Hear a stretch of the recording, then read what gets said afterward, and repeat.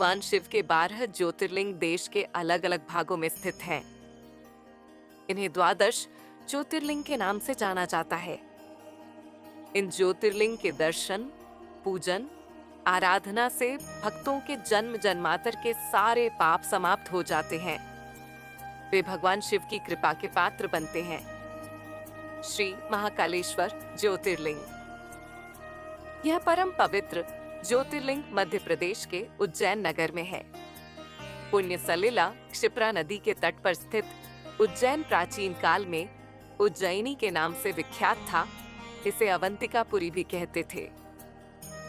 यह भारत की परम पवित्र सप्तपुरियों में से एक है।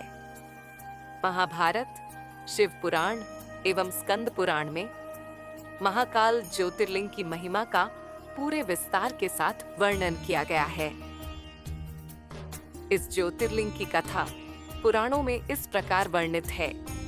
प्राचीन काल में उज्जयिनी में राजा चंद्रसेन राज्य करते थे। वह परम शिव भक्त थे। एक दिन श्रीकर नामक एक 5 वर्ष का गोप बालक अपनी मां के साथ उधर से गुजर रहा था।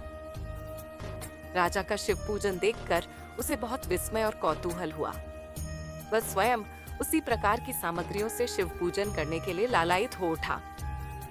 सामग्री का साधन न जुट पाने पर लौटते समय उसने रास्ते से एक पत्थर का टुकड़ा उठा लिया। घर आकर उसी पत्थर को शिव रूप में स्थापित कर पुष्प, चंदन आदि से परम श्रद्धा पूर्वक उसकी पूजा करने लगा। माता भोजन करने के लिए बुलाने आई, किंतु वह पूजा छोड़कर उठने के लिए किसी भी प्रकार तैयार नहीं हुआ। अंत में माता ने झल्लाकर पत्थर का टुकड़ा उठाकर दूर फेंक दिया। इससे बहुत ही दुखी होकर वह बालक जोर जोर से भगवान शिव को पुकारता हुआ रोने लगा। रोते रोते अंत में बेहोश होकर वह वहीं गिर पिड़िड़ा।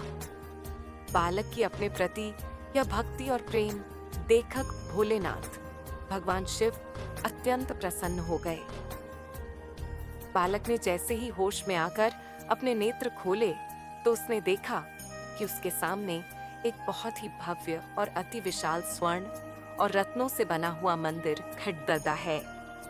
उस मंदिर के अंदर एक बहुत ही प्रकाशपूर्ण, भास्वर, तेजस्वी ज्योतिर्लिंग खड़ददा है। बच्चा प्रसन्नता और आनंद से विभोर होकर भगवान शिव की स्तुति करने लगा। माता को जब यह समाचार मिला तब दौड़कर उसने अपने प्यारे लाल को गले से लगा लिया। पीछे राजा चंद्रसेन ने भी वहां पहुंचकर उस बच्चे की भक्ति एवं सिद्धि की बर्थडे की सराहना की। धीरे धीरे वहां बड़ी भी जुट गई। इतने में उस स्थान पर हनुमान जी प्रकट हो गए। उन्होंने कहा, मनुष्यों, भगवान शंकर शीघ्र फल देने वाले देवताओं में सर्वप्रथम हैं। इस बालक की भक्ति से प्रसन्न होकर उन्होंने इसे ऐसा फल प्रदान किया है जो बड़े बड़े ऋषि मुनि करोड़ों जन्मों की तपस्या से भी प्राप्त नहीं कर पाते। इसको बालक की 8वीं पीढ़ी में धर्मात्मा नंदगोप का जन्म होगा। द्वापर युग में भगवान विष्णु कृष्णावतार लेकर उनके वहां तरह तरह की लीलाएं करेंगे। हनुमान जी इतना कहकर अंतर्धान हो गए। उस स्थान पर नियम से भगवान शिव की आराधना करते हुए अंत में श्रीकर गोप और राजा चंद्रसेन शिवधाम को चले गए। इस ज्योतिर्लिंग के विषय में एक दूसरी कथा इस प्रकार कही जाती है। किसी समय अवंतिकापुरी में वेदपाठी, तपोनिष्ठ एक अत्यंत तेजस्वी ब्राह्मण रहते थे। एक दिन दूषण नामक एक अत्याचारी असुर उनकी तपस्या में विघ्न डालने के लिए वहां आया। ब्रह्मा जी से वर प्राप्त कर वह बहुत शक्तिशाली हो गया था। उसके अत्याचार से चारों ओर त्राही त्राही मची हुई थी।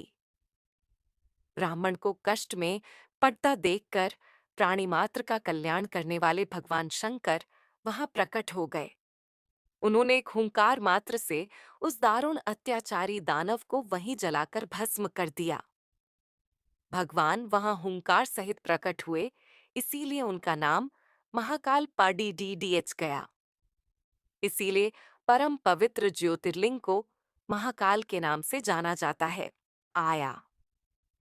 ब्रह्मा जी से वर प्राप्त कर वह बहुत शक्तिशाली हो गया था। उसके अत्याचार से चारों ओर त्राही त्राही मची हुई थी। ब्राह्मण को कष्ट में पड़ता देखकर प्राणी मात्र का कल्याण करने वाले भगवान शंकर वहां प्रकट हो गए। उन्होंने एक हुंकार मात्र से उस दारुण अत्याचारी दानव को वहीं जलाकर भस्म कर दिया। भगवान वहां हुंकार सहित प्रकट हुए, इसीलिए उनका नाम महाकाल पाडीडीडीएच गया। इसीलिए परम पवित्र ज्योतिर्लिंग को महाकाल के नाम से जाना जाता है।